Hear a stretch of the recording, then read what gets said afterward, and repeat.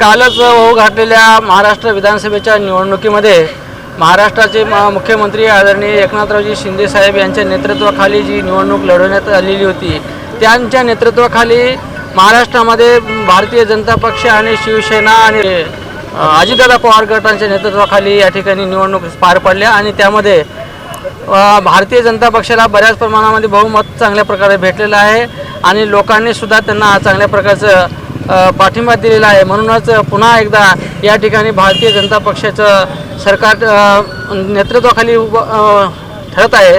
तरी त्या दृष्टिकोनातून आमचं एक मत आहे की येथील ग्रामीण भागातील लोकांच्या दृष्टिकोनातून पाहिलं तर ज्यांच्या नेतृत्वाखाली या ठिकाणी निवडणूक लढविण्यात आले तेच म्हणजे एकनाथरावजी शिंदे साहेब हे पुन्हा मुख्यमंत्री व्हावेत, कारण त्यांच्या नेतृत्वाखाली बऱ्याच काही सरकारच्या ज्या काही योजना आहेत त्या योजना लाडकी बहीण असेल, महाराष्ट्र ग्राम रोजगार सेवकांच्या मागण्या असतील, ऑपरेटरच्या मागण्या असतील, त्याचबरोबर आशा वर्करच्या मागण्या असतील, ह्या सर्व त्यांच्या नेतृत्वाखाली ह्या मागण्या पूर्ण झालेल्या आहेत। म्हणूनच या ठिकाणी महाराष्ट्रामध्ये पुन्हा एकनाथरावजी शिंदे साहेब मुख्यमंत्री व्हावेत अशी येथील जनतेची पुन्हा अपेक्षा आहे। धन्यवाद।